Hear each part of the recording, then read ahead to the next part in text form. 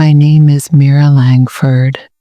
I was raised in a warm home in Asheville, North Carolina, where my mom always believed in flowers over fences and books over screens. From a young age, she had only one dream for me: to marry a kind man who knew the meaning of family.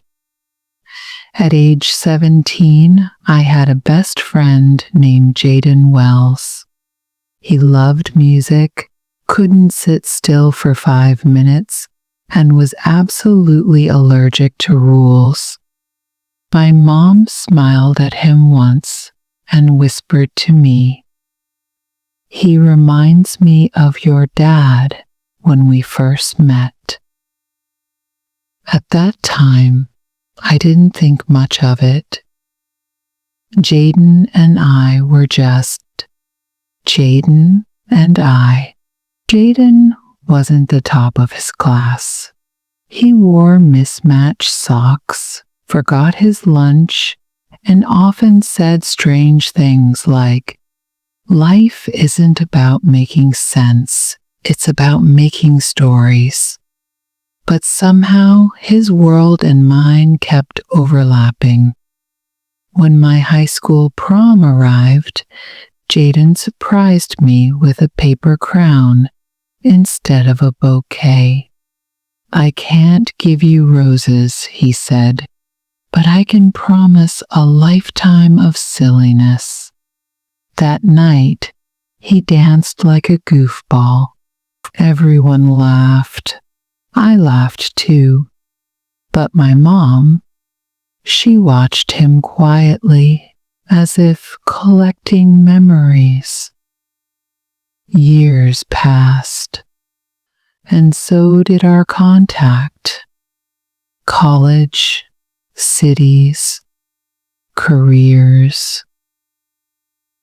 And Jaden became nothing more than a sentence in an old scrapbook. On my 25th birthday, my mom gave me a handwritten letter.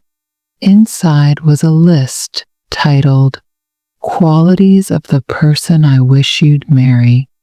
It read, "Smiles with his eyes, believes pancakes solve everything, loves you more on your messy days." At the bottom, she had written, "Sometimes what you're looking for is already part of your past." I laughed. "Mom, are you matchmaking again?" She winked. "I just hope you remember who used to bring you dandelions instead of daisies." That night, something inside me stirred, and I found myself searching Jaden online. For the first time in years, Jaden now lived in a small town in Oregon, running a bookstore cafe called Wild Words. I scrolled through photos, handwritten menus, books stacked like towers, and one small caption, "Still collecting stories." I hesitated for days, but finally I emailed him. Simple words. "Hi, do you still remember me? The girl who accepted your paper crown." His reply came in 5 minutes.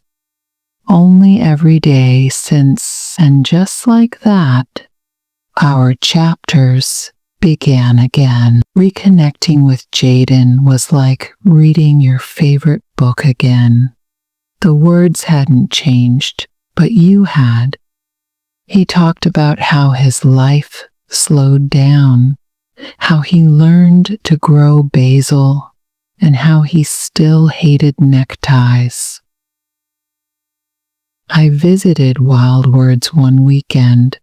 The moment I entered, he handed me a cup of coffee and said, "Huh, I didn't forget how you like it. 2 sugars, no cream, and a pinch of cinnamon." just like your mom, that made me laugh and cry at once. We walked through bookshelves and time melted. Jaden didn't just remember me, he remembered us. Back home, my mom asked, "So, how was Oregon?" I tried to act casual. "Peaceful, nice coffee." She raised an eyebrow. "And Jaden?" I finally smiled. "He still wears socks that don't match." She laughed. "Then maybe he still matches you."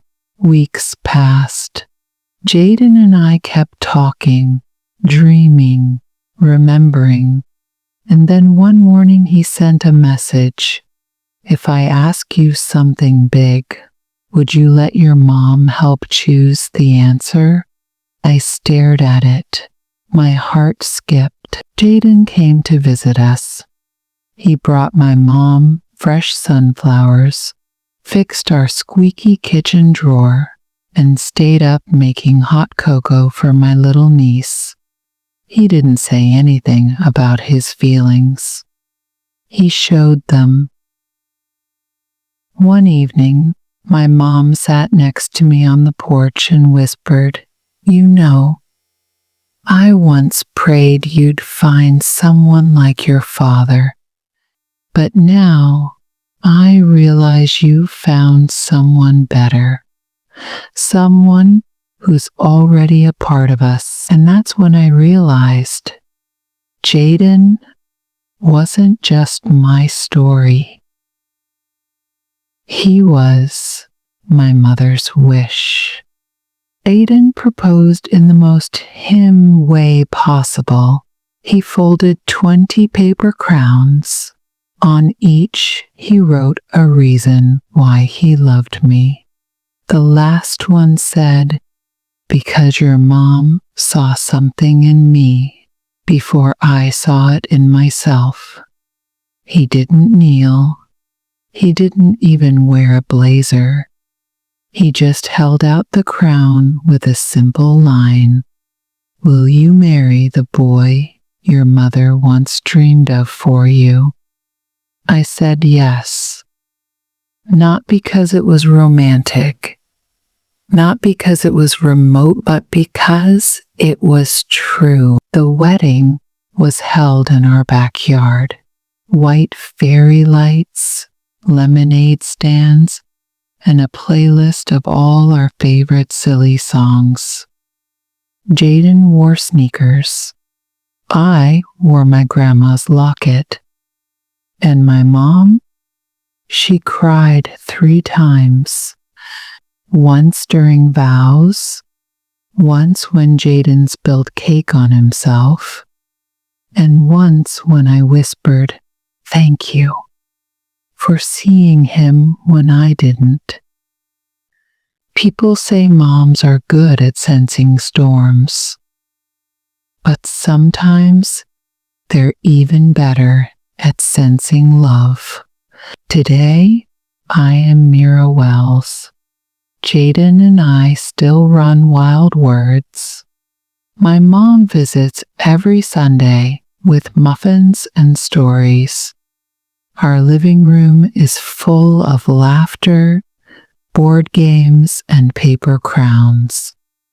Every time I see Jaden reading books to kids in the cafe, I remember I didn't marry a man from a dating app, a gala, or a business meeting.